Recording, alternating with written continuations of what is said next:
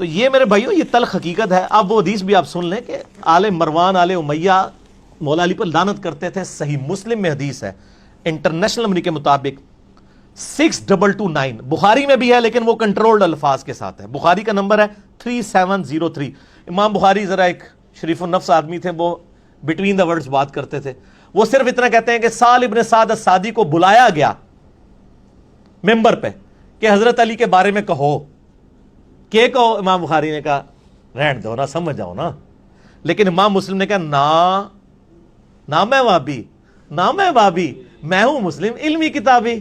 تو امام مسلم نے کہا میں تو علمی کتابی بندہ ہوں. 6229 امام مسلم نے نقل کیا کہ سہل ابن سعد الساعدی کو بلایا گیا آل مروان میں سے گورنر مدینہ, یہ سارے آل امیہ حضرت معاویہ کے گورنر مروان بن حکم اور اس کی اولاد, یہ سارے آل امیہ حضرت معاویہ کے گورنر مروان بن حکم اور اس کی اولاد, اور کہا کہ حضرت علی پر آ کر سب و شتم کرو. یہ کہتے ہیں سب کا مطلب تنقید ہے. نہ سر, مسلم شریف 6229 موضوعات شریف نہیں, مسلم شریف. تو وہ کہتے ہیں میں معاذ اللہ میں کیوں علی ابن ابی طالب پر لعنت کروں.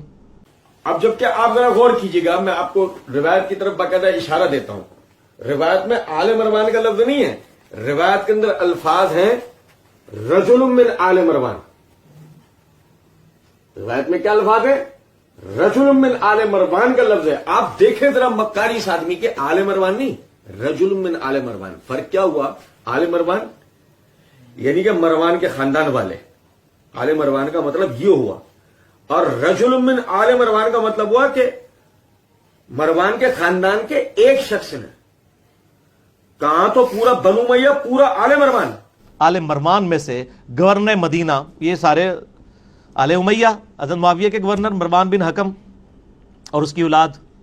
جس نے رجل من آل مروان میں سے رجل کا لفظ کھا لیا اور صرف آل مروان پڑھ کے سنا ہے. مکاری دیکھیں آپ اس آدمی کی. اور اگر ایسا ہی ہے, ہم مرزا جی سے پوچھیں گے, مرزا جی قرآن پاک کے اندر سورہ مومن کی یہ آیت نمبر ہے 28, اللہ رب العزت نے فرمایا وقال رجل مومن من آل فرعون, وقال رجل مومن من آل فرعون یکتم ایمانہ, اور کہا اس مومن شخص نے جو کہ آل فرعون میں سے تھا.